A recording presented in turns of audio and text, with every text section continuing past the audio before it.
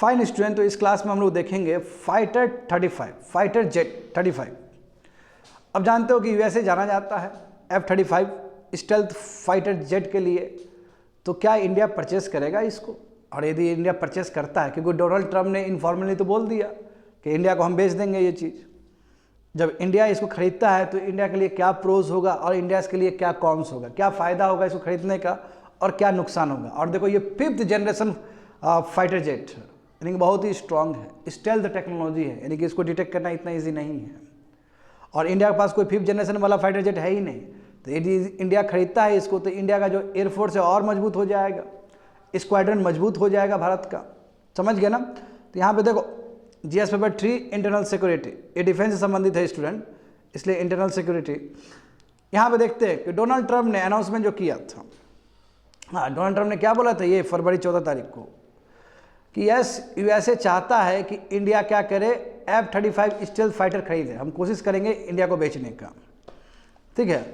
और यदि एक्सेप्ट हो जाए ये डील, डोनाल्ड ट्रंप बोलता है कि यदि ये डील एक्सेप्ट हो जाए तो इंडिया भी league of the stealth enable nation में पहुंच जाएगा, यानी कि इंडिया के पास भी कैपेबिलिटी बढ़ जाएगा एयर डिफेंस का, वो यूएस की तरह, यूके, जापान और इजराइल की तरह हो जाएगा, क्योंकि इंडिया के पास तो 5th जनरेशन फाइटर जेट है ही नहीं। और अभी हमारे पास वही इंडियन एयरफोर्स के पास तो कोई 0 स्टेल्थ फाइटर वाला है ही नहीं, जबकि चाइना ऑलरेडी जे सीरीज़ का बहुत सारा बना चुका है, और चाइना 6th जनरेशन भी फाइटर जेट बनाने जा रहा है, J-36।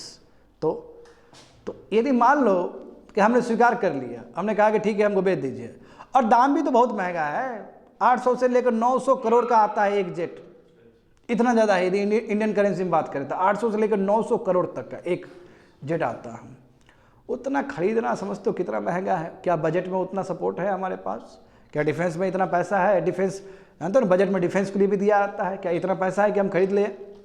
और एट द सेम टाइम ये भी बात है कि यदि हम एक्सेप्ट भी कर लेते हैं ये डील, तो फिर से और ज़्यादा परसेप्शन क्रिएट होगा कि इंडिया और यूएस के इन्फ्लुएंस के अंदर जा रहा है। एक तो ऐसे ही आरोप लगता है भारत के ऊपर इंटरनेशनल ऑर्डर में कि इंडिया लगातार यूएस की तरफ जा रहा है, चाइना बोलता है ना, और यदि हम खरीद लेंगे तो और ज़्यादा हम पे आरोप लगेगा कि हम सच में यूएस के ऑर्बिट ऑफ इन्फ्लुएंस के अंदर जा रहे हैं। यहाँ पे देखो क्या समझते हो स्टेल्थ फाइटर्स, ये 5th जनरेशन फाइटर जेट है बच्चे लोग। तो 5th जनरेशन फाइटर जेट का मतलब क्या है, जो 2000 के बाद बना हो, और जाहिर सी बात है 1st जनरेशन के हिसाब से 2nd जनरेशन बेटर होगा, 2nd जनरेशन के हिसाब से 3rd जनरेशन बेटर होगा, उसी तरह 4th जनरेशन के हिसाब से 5th जनरेशन बेटर होगा। इसमें AI सब ठीक है, ठीक है, और सिचुएशनल अवेयरनेस और बेटर होगा as compared to 4th generation. और 2000 से लेके जो अभी तक जो बना है सभी क्या है 5th जनरेशन फाइटर जेट है। और इसमें क्या है स्टेल्थ टेक्नोलॉजी भी है। स्टेल्थ टेक्नोलॉजी का मतलब क्या है कि इसको डिटेक्ट करना बहुत मुश्किल है। ये अलग बात है कि S-400 जो तुम्हारा ट्रंप है, S-400 जो कि रसा का एंटी टैंक मिसाइल जो है, एंटी टैंक समझ रहे हो ना, यानी कि कोई भी एयरक्राफ्ट को इंटरसेप्ट कर सकता है S-400 ट्रंप। तो वो कहता तो है कि हम फाइटर जेट को भी वो कर लेंगे, डिटेक्ट कर लेंगे। मैं ये सबसे जेन्युइन स्टेल्थ फाइटर है ये वर्ल्ड का, और दुनिया में देखोगे तो बहुत सारा कंट्री इसको खरीद रहा है, अब बहुत सारा कंट्री खरीदा ही। स्पेशली यदि मैं नाटो मेंबर्स का बात करूं तो नाटो मेंबर्स अच्छा खासा खरीद के रखा है ये। और F-35 चाइना का यूएस का एक तरह से बहुत बड़ा एक कह सकते हो प्रेस्टिजियस एयरक्राफ्ट है ये, जो कि पूरा ग्लोबली एक्सेप्टेबल है। इसमें खास बात क्या है कि बहुत टेक्नोलॉजी है जी, इतना अच्छा टेक्नोलॉजी है कि radar signature, infrared, visible light, radio frequency, audio image इसे डिटेक्ट ही नहीं हो सकता है, यानी कि बहुत अलग अलग वेवलेंथ में भी, अलग अलग लाइट में भी ये डिटेक्ट नहीं हो सकता। इतना बेजोड़ इसका पास स्टेल्थ टेक्नोलॉजी है। समझ गए ना? स्टेल्थ एयर का अवॉइड शार्प कप्स, ये शार्प कप्स में ट्रैवल नहीं करता, राइट एंगल्स में ट्रैवल नहीं करता, लार्ज सरफेस में ट्रैवल नहीं करता है। दे यूज कर्व्ड सरफेस, ये कर्व सरफेस को यूज करता है लार्ज रेडियाई में। तो इसके वजह से भी इसका स्टेल्थ जो टेक्नोलॉजी है, जो प्रॉपर्टी है और बेटर है। और ये क्या है स्पेशल रेडार एब्जॉर्बेंट मटेरियल से बना हुआ चीज़ है। तो ये जो भी बना हुआ चीज़ है, जो भी इसका कैरेक्टर है, वही कैरेक्टर कहीं ना कहीं इसको स्टेल्थ में यानी कि हार्ड टू डिटेक्ट करने का जो कैपेबिलिटी है और उसको बढ़ाता है। यहाँ पे देखोगे कंपेयर कर रहे हैं हम लोग चाइना और इंडिया का, तो देखो चाइना के पास कहाँ 2500 एयरक्राफ्ट है, इंडिया के पास 900 एयरक्राफ्ट है ना। यदि हम बात करते हैं सेकेंड लार्जेस्ट आर्मी है, एयर डिफेंस है, इंडिया का 4th लार्जेस्ट में है, 1200 फाइटर्स, ठीक है, इंडिया के पास 600 फाइटर है। इसके बाद देखो 5 जनरेशन वाला है, हमारे पास कोई 5 जनरेशन वाला तो है नहीं, ठीक है। Long range strategic bomber fleet भी है, हमारे पास नहीं है। तो कहोगे इंडिया और चाइना कंपेयर करोगे तो चाइना बहुत आगे है एयरफोर्स में भी, तो इसलिए China is much ahead in air power in comparison to India. अभी जहाँ तक भारत का देखो स्क्वाड्रन का, स्क्वाड्रन समझते हो ना, एक यूनिट, हाँ, जो ऑपरेशंस के लिए स्ट्रेटेजिक रीजन से बनाए जाते हैं। तो सैंक्शन स्ट्रेंथ कितना 42 है, मगर अभी प्रेजेंट कितना ऑपरेट कर रहा है, 31 स्क्वाड्रन ऑपरेट कर रहा है, और हर एक स्क्वाड्रन में 18 एयरक्राफ्ट है ना। तो कायदे से कितना 31 × 18 ही होगा हमारे पास एयरक्राफ्ट, और तो कायदे से कितना होना चाहिए 42 × 18 होना चाहिए। तो कमी है कि नहीं है। और जो भी है पुराना वाला है, सोवियत फ्लीट है जो कि बहुत पुराना हो चुका है, जैसे स्पेशली वो MiG-21, इसलिए न्यूज़ में आता है ना कि फाइटर एयरक्राफ्ट में चलते हुए एक्सीडेंट हो गया, हाँ, आग लग गया। तो ये सब क्योंकि पुराना ये टेक्नोलॉजी है। MiG-21 से देखो एक्सीडेंट प्रोन है, वो बार बार एक्सीडेंट हो जाता है।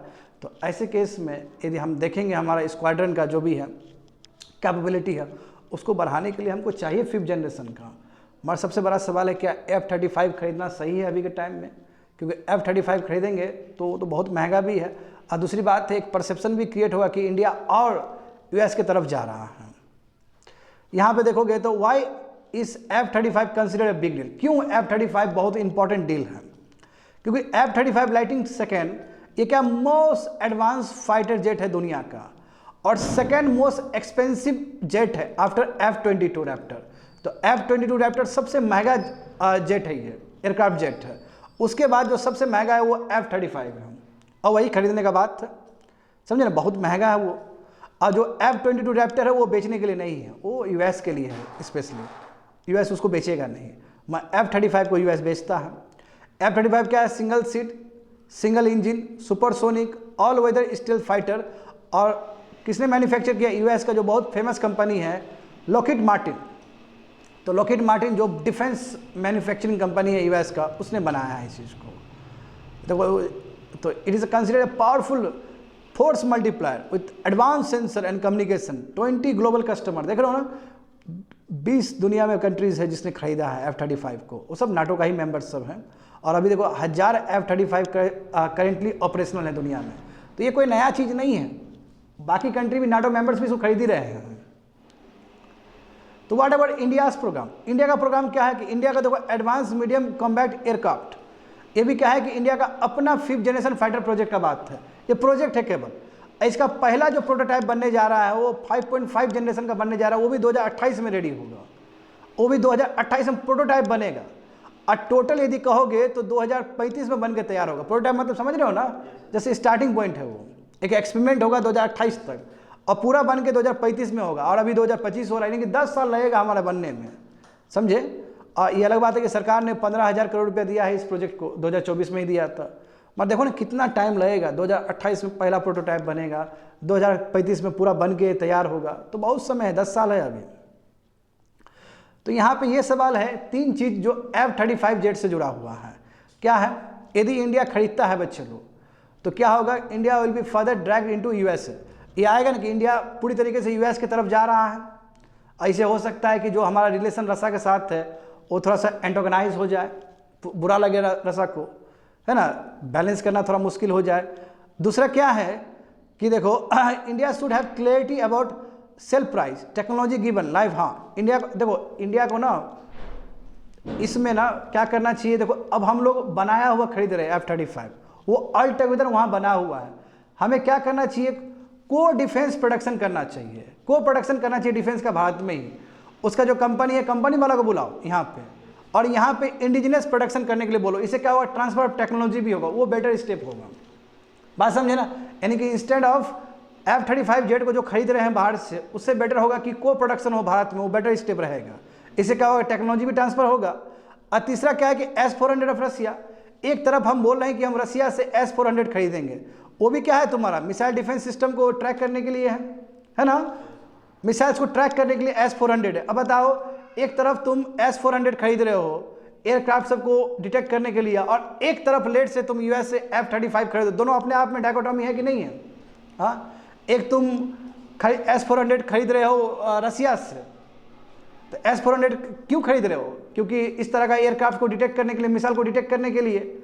और फिर F-35 खरीदोगे तो दोनों में डायकोटॉमी है कि नहीं है?